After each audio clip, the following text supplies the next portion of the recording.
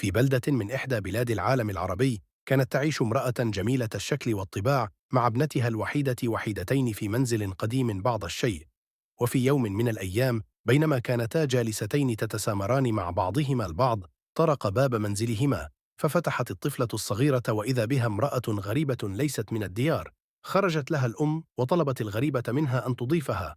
رحبت الأم بذلك كثيرا، وجلست الغريبة معها ومع ابنتها 3 أيام. كانت الأم لا ينقصها وابنتها شيئا بالمنزل إلا حماما، وكانت تطمح لذلك وقد وفرت القليل من المال بعد جهد وعناء كبيرين.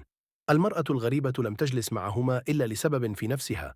لقد كانت ساحرة وتبحث عن طفلة بمواصفات خاصة، وكل هذه المواصفات المشروطة قد اجتمعت في ابنة المرأة التي طلبت ضيافتها. فأبرز ما يميز الطفلة بعض خصلات الشعر البيضاء في مقدمة رأسها. مكرت الساحرة للمرأة وعقدت مع اتفاق أن تأخذ ابنتها لمدة أسبوع واحد لاستخراج كنز، وأنهم لا يحتاجون منها سوى بضعة قطرات دماء من إصبعها الصغير، وفي مقابل ذلك ستقيم لها حماما ولا بأحلامها. جرأت على تحقيقه.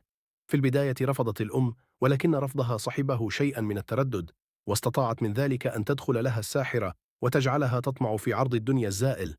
أقنعتها الساحرة بأنها ستقيم لهما حماما، وسيكون من رخام ومرمر خلال أسبوع واحد فحسب. ستأخذ طفلتها خلال الأسبوع، ريثما ينهي العمال كل شيء متعلق بالحمام. أتى العمال وشرعوا في العمل، والغريبة للتزال تمكث مع الأم وابنتها حتى يطمئنا لها. وقبل انتهاء أعمال الحمام بأسبوع، طالبت الأم باتفاقهما، وبالفعل سمحت لها الأم بأخذها لابنتها، وغامرت الأم بطفلتها الوحيدة. مرت الأيام والأم بين فرحة بانتهاء الحمام الذي طالما حلمت به، وبين خوف وقلق على ابنتها، إلى أن انتهى الأسبوع كاملا. لم تنم الأم بتلك الليلة نهائيا، وأتى الصباح والأم على أحر من الجمر في انتظار الغريبة تطرق عليها الباب، ولكن لم يحدث ذلك.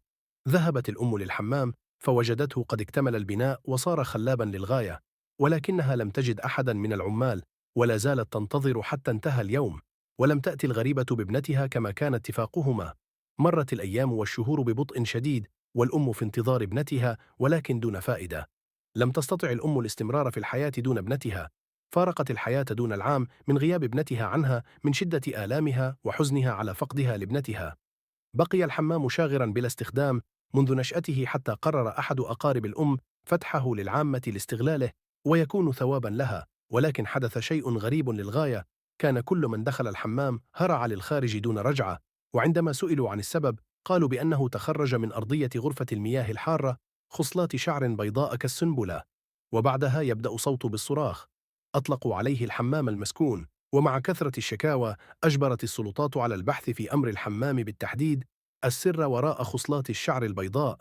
فحفروا أرضية الحمام لعدة أمتار، وكانت المفاجأة أنهم وجدوا الطفلة ذات خصلات الشعر البيضاء قتيلة وبطريقة وحشية للغاية.